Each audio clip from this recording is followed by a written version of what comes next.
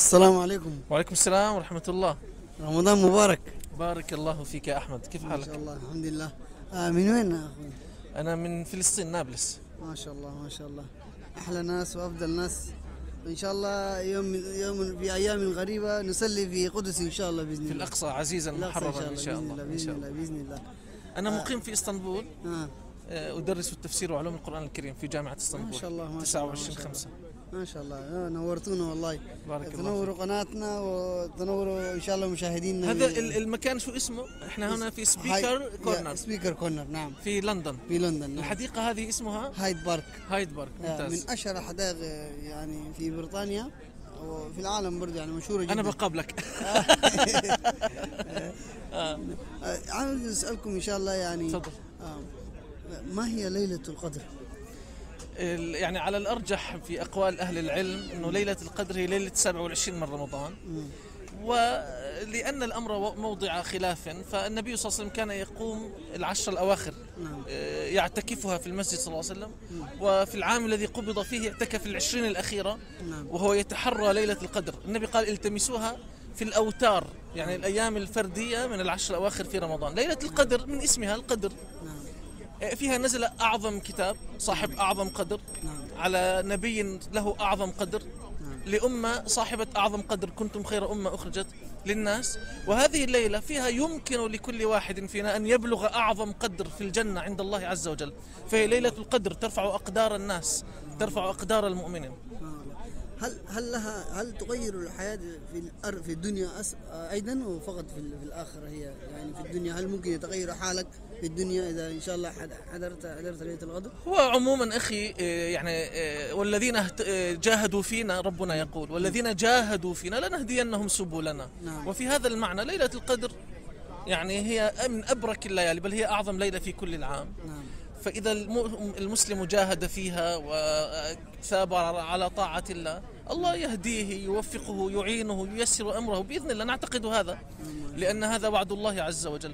ربنا قال سلام هي حتى مطلع الفجر، فيكون سكينة وسلام وطمأنينة تتنزل على قلب المؤمن، يشعر براحة، يشعر بسعادة. نعم. ما شاء الله ما شاء الله. وما هي الاسم الثاني لليلة القدر؟ الاسم الثاني سميت ليلة عندها اسم ثاني؟ لا، ما هو؟ ليلة الوتر ولا ليلة المباركة؟ ليلة المباركة. إن أنزلناه في ليلة مباركة في سورة الدخان. نعم نعم. ما في شاء سورة الله. الدخان قال ليلة مباركة، وهو ليس اسم، وصف هذا. وصف. نعم. اسمها ليلة القدر، اسمها لكن هي ليلة مباركة أبرك الليالي، وفيها تتضاعف الأجور. هي قال ربنا خير من 1000 شهر. 1000 شهر.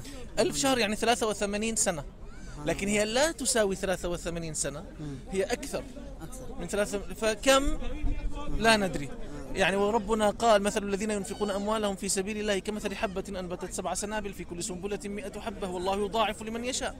فحين يقول ربنا خير، ولاحظ خير نكرة، نعم. يعني تفيد الخيرية المطلقة التي لا تعد ولا تحد ولا تحصى. نعم. بالتالي مهما خطر في بالك فهي أعظم من ذلك. سبحان الله سبحان الله. يعني سبحان الله، يعني السنة فيها 365 يوما. 10 يوما قد تغير حياتك يعني لو اجتهدت نعم فيها يعني. بالضبط خير كانت فكرة ليلة القدر. أمة محمد صلى الله عليه وسلم أعمارها بين 60 و70 قال سيدنا النبي. نعم. صلى الله عليه وسلم.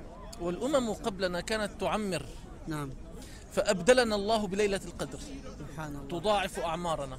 سبحان الله. وكأنك عبدت الله، يعني لو أنك أدركت 50 ليلة قدر مثلا، نعم. سبحان الله. في 83، فتتكلم عن كأنك عشت مئات السنوات في طاعة الله والعبودية له جل في علاه. فهي بركة يعني. لذلك فعلا إنا أنزلناه في ليلة مباركة، والبركة تعني النماء نعم. والزيادة. فزيادة في العمر، زيادة في الرزق، زيادة في الطمأنينة والسكينة، وراحة البال والسكينة هذا رزق. نعم ما شاء الله. وفي رمضان ما الشيء الأكثر ذول يعملوا كويس، يعني ما الشيء الذي إذا فعله خيرا يعني في رمضان عامة في رمضان؟ هو رمضان يوم ميلاد القرآن الكريم. نعم. القرآن إذا جاز لنا أن نقول هو ولد متى؟ في رمضان. في رمضان. صح؟ يعني ولد أقصد ظهره. نعم. عرفناه في رمضان، فذكرى ميلاد القرآن في رمضان. وأنت في ذكرى الميلاد ماذا تفعل؟ تحتفل، تعظم صاحب الذكرى. يعني صحيح، إذا يوم ميلاد أمك ماذا تفعل؟ تحضر لها هدية، تكرمها، تهتم بها. فنحن في ذكرى ميلاد القرآن، إذن الواجب أن نهتم به، ما شاء الله، أن نكثر من صلتنا به، أن نحرص على تلاوته، أن نحرص على فهمه ما شاء الله. والتطبيق يعني. وإن شاء الله لكم أي نصيحة للمشاهدين الشباب، ويعني أي نصيحة كذا إن شاء الله؟ يعني هو في الحقيقة أخي النصيحة إنه قد لا نجدكم منه ما شاء الله بهذه النصائح الجميلة والفهم، ما نجدكم كل مرة عشان تفيدوا مشاهدينا بالنصيحة إن شاء الله. يعني بارك الله فيك. يعني أخي الكريم، النصيحة إنه اتقوا الله ما استطعتم. ورمضان إنما فرض لعلكم تتقون.